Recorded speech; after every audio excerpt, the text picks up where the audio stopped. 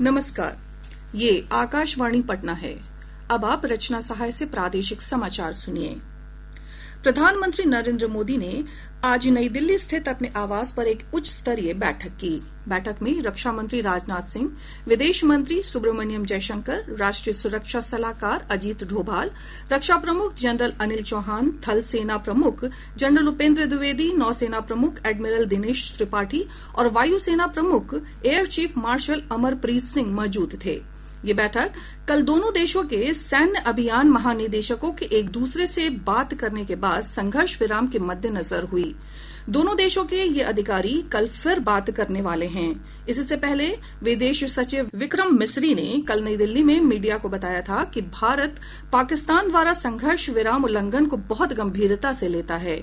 उन्होंने कहा कि सशस्त्र बल स्थिति पर कड़ी निगरानी रख रहे हैं और उन्हें अंतर्राष्ट्रीय सीमा के साथ साथ नियंत्रण रेखा पर उल्लंघन की किसी भी घटना से सख्ती से निपटने के निर्देश दिए गए हैं। वायुसेना ने कहा है कि ऑपरेशन सिंदूर के दौरान उसे जो कार्य सौंपे गए वे सभी उसने पूरी कुशलता के साथ पूरे किए हैं। सोशल मीडिया पोस्ट में वायुसेना ने कहा है कि सभी ऑपरेशन राष्ट्रीय हितों को ध्यान में रखते हुए शानदार तरीके से चलाए गए। अभी ये ऑपरेशन चल रहे हैं और उचित समय पर विस्तार से जानकारी दी जाएगी। वायुसेना ने सभी से आग्रह किया है कि वे अटकलबाजी से बचें और अपुष्ट जानकारी साझा न करें।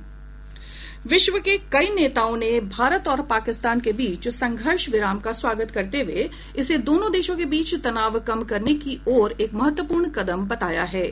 संयुक्त राष्ट्र महासचिव अंतोनियो गुतरेस ने भारत और पाकिस्तान के बीच संघर्ष विराम समझौते का स्वागत किया है और दोनों देशों से इस दिशा में आगे बढ़ने की अपील की है। ब्रिटेन के विदेश मंत्री डेविड लैमी ने संघर्ष विराम का स्वागत करते हुए दोनों देशों से शांति बनाए रखने का आग्रह किया है। यूरोपीय संघ की विदेशी मामलों की प्रमुख काजा कालस ने युद्ध विराम के महत्व और इसे कायम रखने के लिए सतर्कता की आवश्यकता पर बल दिया।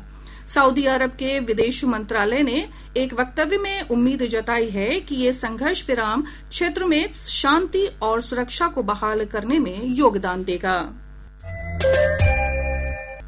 प्रादेशिक समाचार आप आकाशवाणी पटना से सुन रहे हैं।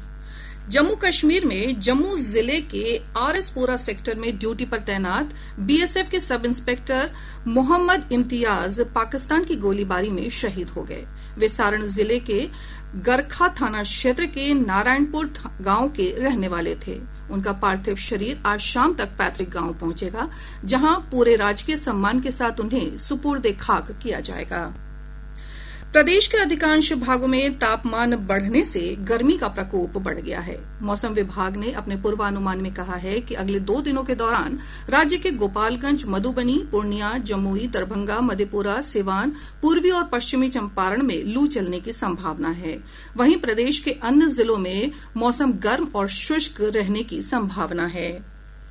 बिहार में खेले जा रहे खेलो इंडिया यूथ गेम्स का आज 8वां दिन है। अब तक महाराष्ट्र 27 स्वर्ण, 22 रजत और 25 कांस्य पदकों के साथ कुल 74 पदक जीत चुका है और पदक तालिका में पहले स्थान पर है। वहीं कर्नाटक 39 पदकों के साथ पदक तालिका में दूसरे और राजस्थान 23 पदकों के साथ तीसरे स्थान पर है। बिहार अब तक 3 स्वर्ण, 8 रजत और 8 कांस्य पदक जीत चुका है और पदक तालिका में 15वें स्थान पर है।